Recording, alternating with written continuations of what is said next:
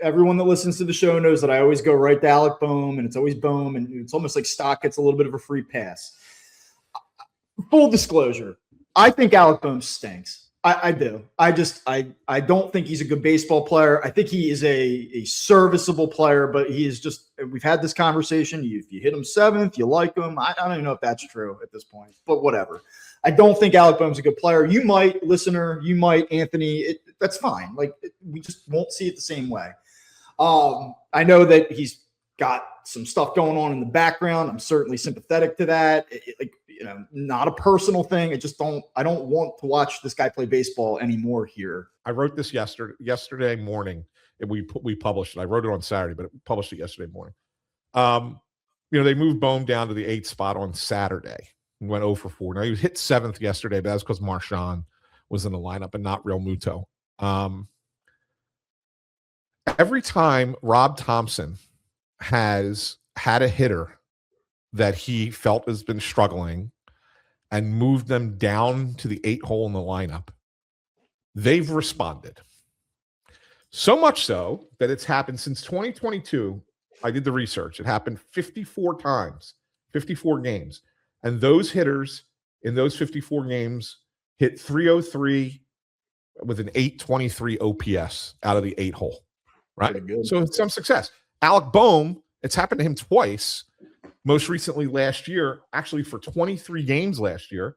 And when he was in the 8 hole last year, he hit 326 with an 842 OPS, right? So like he had hit the best part of him last year. It wasn't a very good year for him last year, but the very best part of Alec Bohm last year was batting 8th in the lineup.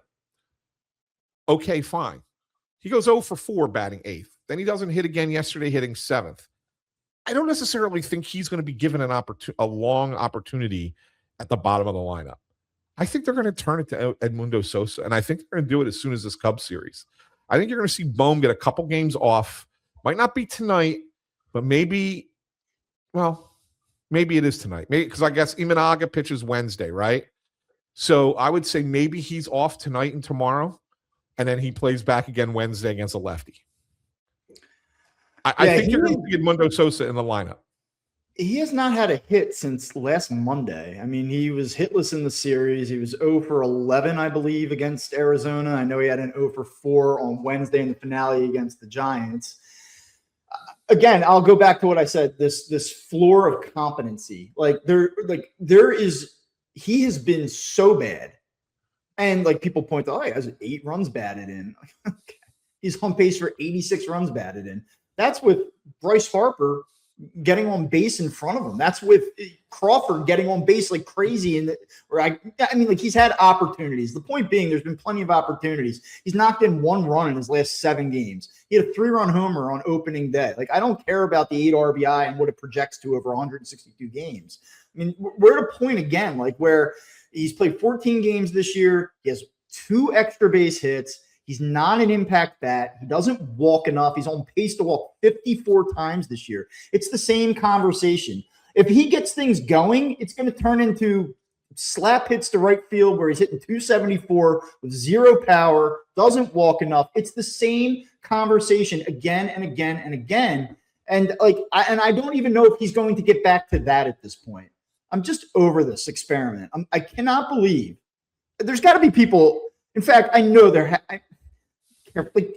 has to be just people within the Phillies organization that can't believe that this is what they're doing again, right? So I talked about this a little bit with Anthony on Friday, and I didn't have a chance to really talk about it with you, so I'll bring it back up again. So they had your plan A in the offseason. Look, Aiden Miller and no, plan A was Bo Bichette, sure. Right? So we all know, I know there were rumors after 24 that they were going to trade Alec Bohm, right? We heard about it. We didn't think he was going to be. We talked about it on the show. Didn't think he was going to be back, but then he was back. I guess they didn't get the interest that they thought they were going to get, or the value of return that they thought should get on Bohm. So they came back with him last year. Okay, fine. Well, it was crystal clear to absolutely everyone that they were moving on from Alec Bohm with Bo Bichette. Crystal clear. That was going to be their third baseman this year. And then Bichette used the Phillies to go milk $45 million out of the Mets. Okay. Leaving the Phillies holding the bag. So plan B was, well, we'll use Bohm for a little while and then Aiden Miller will come up and play. Except Aiden Miller's got this chronic back issue and he's not going to be ready to play baseball for a while. Yeah, it doesn't look good. That Gelb story over the weekend does not paint a pretty picture about his timeline. Yeah. So that was their plan B. Well, that got blown up. So plan C is, Alec, you either hit or we go to Edmundo Sosa. And so now you sit there and say, Bob, do you figure it as you have two platoons now in the infield? Like you could potentially go Sosa, Bohm in some capacity, Dylan Moore, Stott, like that, like those two positions kind of rotating those four guys. Not that Dylan Moore is anything exciting. He's just a different guy, right? Do you go with those four guys until the deadline and that's the position you upgrade and not the outfield? You know what I'm saying? Like all very appetizing scenario. It's not an appetizer. It's not appetizing at all. It's, you know, it's cold leftovers, you know, from the night before that you can't heat up. Like it's not exciting, but that might be the thing that they're going to have to do. Like they may need a third baseman come July at the trade deadline.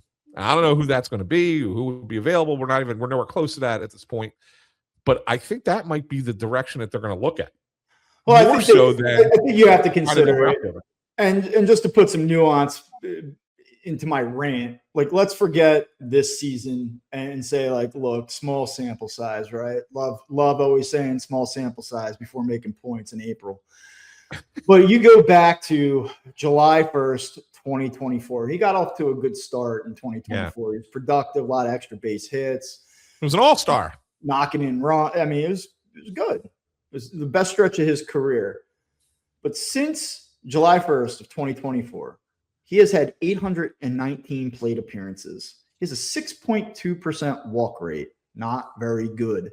And for all this talk about what a great pure hitter he is, like if we had Ruben Amaro on right now, I'd be like, oh, he line drives and uses all fields, and he's one of the Phillies' best pure hitters for whatever that means. Well, he's hitting 266 over those 819 plate appearances.